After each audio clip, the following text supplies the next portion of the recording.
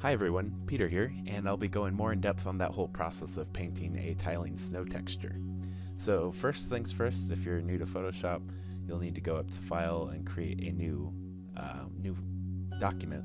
So I like to work in 2048 by 2048 with 300 pixels per inch, and because you can always scale something down, but it's really it's really impossible to scale something up if you have a smaller resolution. So now first things first, I'm starting off by filling the document with a like a light blue color, and here I'm just trying a couple different ones. Some of them are almost more like a grayish white color, but it just depends on what you want your end product to look like, but think this will be the darkest color on your image. So I'm going for snow in general is very bright, so I'm going for a very bright image, and it's probably about a 25% gray blue color here. Now I've collected a bunch of references, as you see here, so you always want to use reference pictures. There's no sense in trying to do it from memory. Just you want to be as accurate as possible. So based on those images, we can see snow forms in these crescent shapes. These because as the wind blows, the snow will blow across the ground and form these little crests. So the first thing we need to do is paint in these little U crescent shapes across the whole screen, and it'll be using a soft round brush, and just kind of paint it in loosely. There's nothing too specific here. And then from there, you need to add hard edges along one side. So think about where will the snow peak on my shapes here. So here I have them all along the bottom edges of the crescents. And this brush is just it's actually just the same soft round brush, but it's much smaller size, like 25. So I'm painting along here, and we just have to coat the whole thing, and we're not too worried about details or anything. We're just trying to get broad strokes right now. And there's as you can see, there'll be like this harder edge that's sticking out quite a bit, and we're going to want to blend those in eventually, but we'll get to that in a second. So just make sure you're coating each edge with that, make sure it's consistent, and you don't want any one specific point to stick out too much, because this is going to be a tiling texture, so we want it to be sort of homogeneous. So we're going to blend in the hard brush strokes now, and look for the areas of very high contrast. So you have those little valleys and divots. You don't want anything to stick out too much. And same thing with the hard edges. You really want to get this smooth snow feeling. So there's different types of snow. You can get snow that's more icy. You can get snow that's got dirt mixed into it. But we're going for a mixture of smooth snow and rough snow here. So now you'll add these shadows with a darker blue to create the smooth snow that I was just talking about. So think when the wind blows or when the snow falls, it's going to be soft. It's pretty smooth on the top. Nothing's stepped on it yet, so it's not going to be very distressed. Now you have to keep in mind this video is sped up about twice as fast as the speed I was actually painting. So don't worry about following along real time with the video. You feel free to pause, take it step by step. It's more about getting the end product that you want rather than how fast you can paint it or anything. Now you have to consider what kind of game or what kind of production are you making this for, because if it's just a standard like first person or third person game, you're probably not going to be very close to the snow, so you don't have to worry about getting very specific little details in. But maybe your character's smaller, or maybe they get their face pressed into the snow at some point. So you need to think, alright, maybe for my game I want lots of little tiny details, and I need it to be super high resolution, and I want clear painted lines, and you can see every stroke. But for this purpose, I'm just using a soft brush and painting very broadly, because most of the time snow is at a distance. It's going to be a ground texture that's repeated, and it's not the main detail you're looking at in the environment. Now, you also have to think of what other assets you might have in your game. So maybe there will be logs with snow on them, and you're watching this tutorial to learn how to paint snow on those objects as well. So in that case, you would definitely want to put more detail into them. But I made this in mind with thinking, oh, it's just going to be a tiling texture over the entire terrain. So it doesn't have to be super specific or anything. And you also, you definitely want to think about if you're going to be mixing this with other textures. So this is just plain snow. Maybe you have a grass texture and you want to blend the grass and the snow texture together in your game engine so that you have grass poking through, or maybe you have rocks or ice poking through. And that will determine kind of the spacing of all your details and everything. But in general, I'm just blending right now, and it's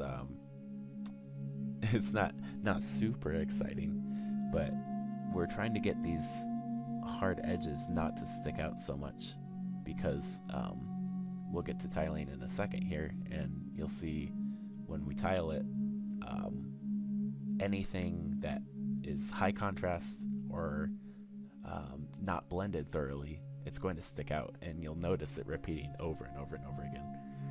But not too bad with snow here, just because it's pretty much monochromatic. You've got white and blue. It's you don't have too many details to worry about right now. So now what I'm doing is I've got a larger brush and making sure that there's a good dispersion of those shadows, because for the same reason I stated before, you just want to make sure that it's blended, it's very homogeneous. And I've got a little brush. I'm basically just using a soft round brush this whole time, but I'm changing the size because I want to create those little details and those little cracks. And you have to think too, what's the story of this environment? Is it very windy? Because I'm thinking, oh, maybe it's a little bit windy, so the snow is kind of coming down at these sloping angles and it's tossing it around. So I'll be creating like these little rough patches for when the snow is tossed into the air and plops down. Like it's a little bit more turbulent there. So using that smaller brush, I'm painting in tiny little spots to kind of give the impression that there are these rough patches, and you don't have to put them everywhere. You definitely don't want it to look like sand or anything, but just try and imagine, oh, maybe there was a big gust of wind and all the snow plopped in this spot, or maybe there was a crust of snow was building up and then the edge crumbled and the crumbs kind of the little pieces fell, and that now they're not so smooth anymore, so they're going to stand out in little splotches. And you can put those closer to the darker areas of your image, because they'll stand out more. And in terms of this picture, I'm thinking more about highlights rather than shadows, because snow is so reflective. And you can see I'm not really adding very many shadows. I'm mostly adding the white spots, but it kind of depends on where you start. So for example, I started with a plain light blue background, which was the dark, but maybe for your workflow, it might be better to start with white, and then maybe adding shadows makes more sense to you. I don't know. But this definitely isn't the only way to go about painting a subject. This just happens to be my way, and I'm by no means a industry veteran or anything, but this is I found this helpful in my work anyways.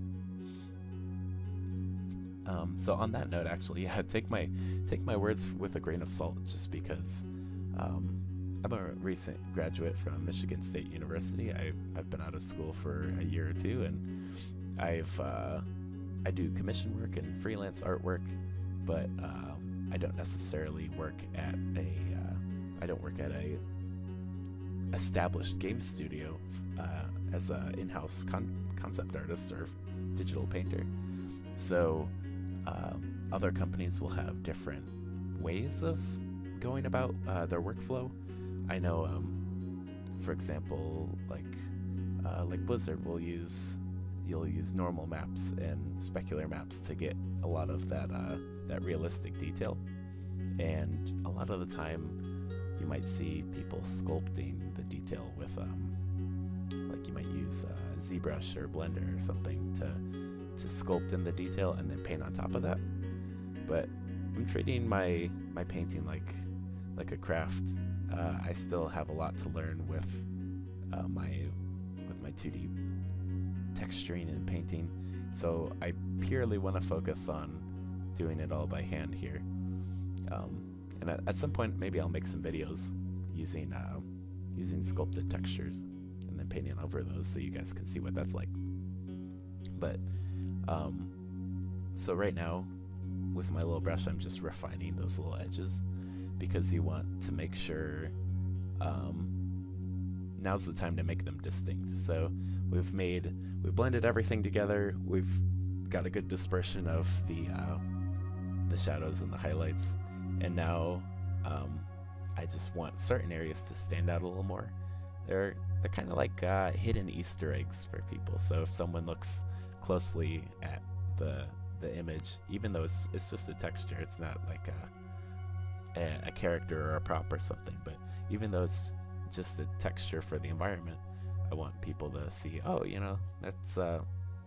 that was painted by somebody. That was a hard edge that's telling a story, like that represents a little crest of snow. Just crisping things up. Is that a word? Crisping? Crisping? I don't know. But so yeah, I want to it's basically improving the resolution of this too, because at some point in time I'll downsize it. A lot of textures that I use are 256 by 256 or 512 by 512, but you want it to look good at these higher resolutions, even if it's just a show. Like if you put this on an ArtStation or DeviantArt or something. Now I'm going back in here and adding some more of those the rough snow bits, usually near the bottoms of those crests, because like we were saying earlier, you just want to imagine, oh, it fell. Maybe this is snow that fell in clumps, and it's not very delicately placed. It left these little snowballs. And I think I'll do a tutorial on ice in particular, because ice is it's very different than snow. So you can watch this one and then move on to that one to figure out, okay, well, now that I know snow and ice, I can blend them together into a nice tundra texture with a blend of the two. But the goal of this channel is to isolate specific skills.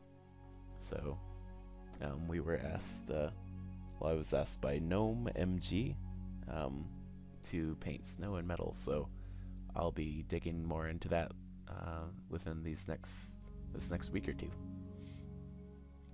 And I'm hoping to release one every week here, but definitely let me know if you have any questions, I'm more than happy to answer them. I'm a freelance artist, so I work from home. I'm not particularly busy as of April 2nd, 2018. So this is the part where we make it tileable. I go to filter, other offset, and you want to offset it by half the pixel width and height. So half would be 1024 by 1024. So we offset it, and now you can see those seams. This is where the seams would appear in your when you go to tile the texture.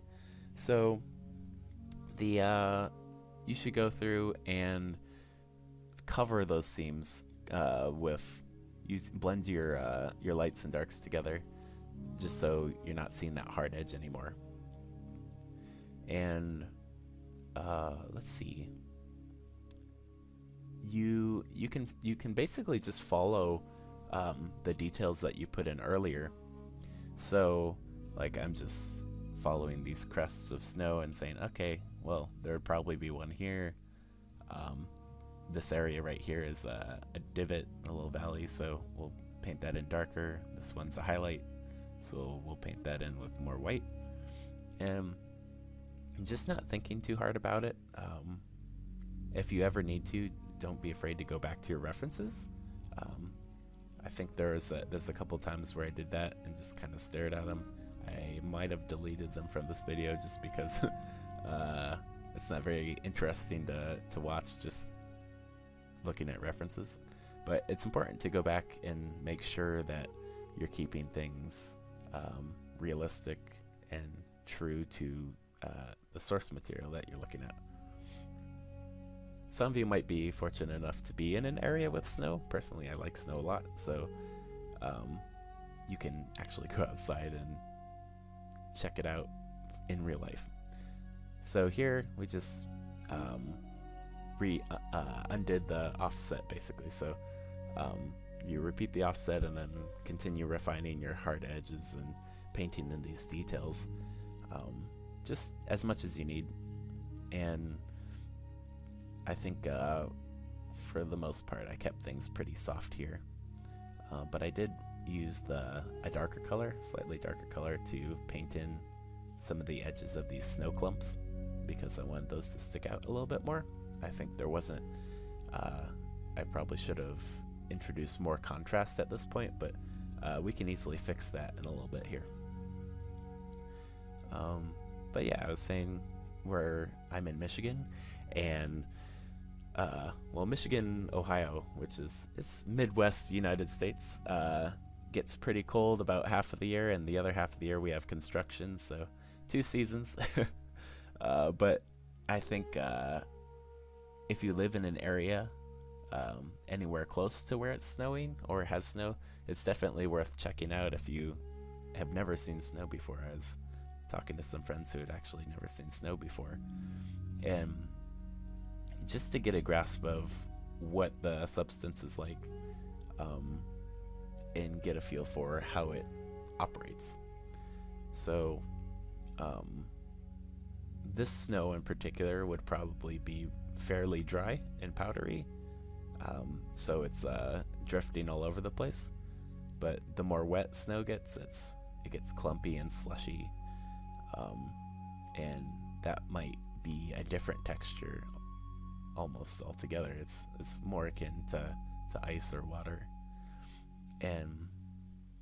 But this one's the white powdery ideal version that's like really pretty before like it gets dirty and dogs pee on it and stuff. But yeah, let me think, what else can I help you with here? So yeah, just adding a little bit more of these details, and if you wanted to, you could even introduce other types of colors. So snow, because snow is reflective, it's you see it be bluish because the sky is bluish. But if it's during a sunset, maybe it's the darker parts here are more of an orange or red, and that could be a really interesting effect to look into. Or maybe maybe the art style you're painting with is very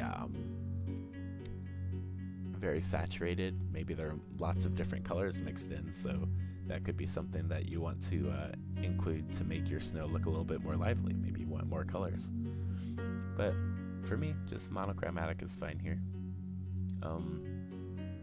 Now, you could use, there's a variety of brushes that you could use if you wanted to. I could touch on those in a second here. But right now I'm just going to image adjustments, and I use a variety of these, but first brightness, contrast, and then hue, saturation, and levels, because I realized, all right, I painted this and it's too low contrast.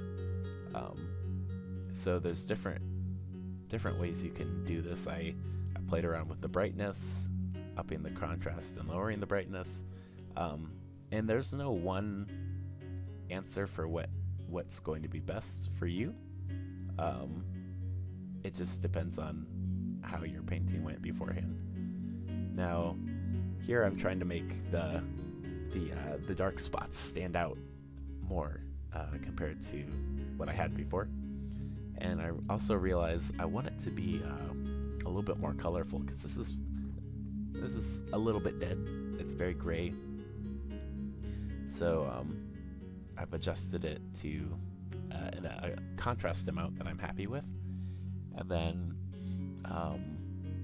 now just kind of comparing and going back to image adjustments and hue and saturation, because I want to introduce a little bit of blue. And here I play with some of the colors, like, I don't know, maybe the snow should have, maybe it's a sunset or something. But ended up going with the blue.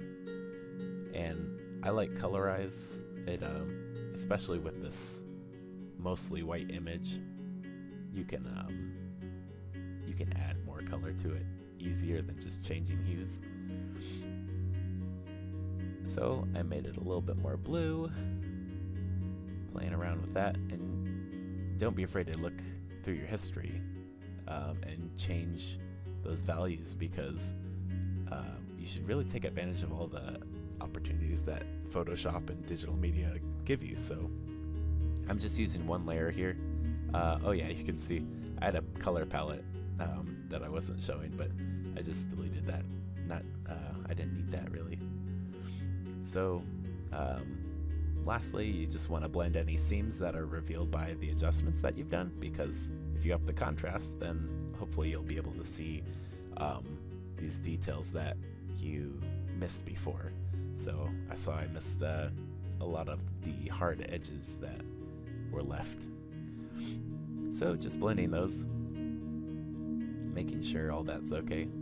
You can also offset it again if you really want to.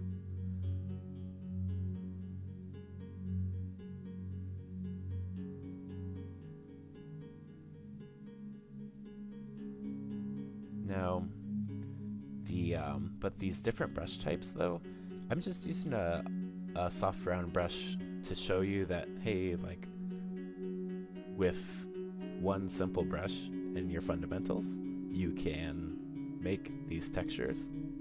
But if you get a texture brush, for example, like a dry brush, it's just the same as using a dry brush in real life, like in a traditional art room, and you'll be able to get a lot of texture in adding bumps and dots to your snow or your rocks, for example. And that's another helpful tool. Might explore that in the future in another video. So lastly, if you want to test this, you can go Edit, Define Pattern, and we'll go to Layer, New Fill Layer, Pattern, and now you can snow. Yeah, now you can create a separate layer which will allow you to scale your texture up and down, so you can determine if you have too many high contrast details, or if this is fine and it doesn't look super tileable. So that's just what I was testing that for. And I noticed I wanted it to be a little bit more high contrast, so I went to levels, and levels are kind of weird to understand sometimes, but basically moving the black end of things up closer to the white makes the range of colors more contrasty, I guess. So yeah, there I tiled it again and just tried to make something I was happy with. But pretty much that's the process of painting snow. And if you have any questions, make sure to let me know in the comments below. Or I also take recommendations on what to paint next. But I'll see you all next time.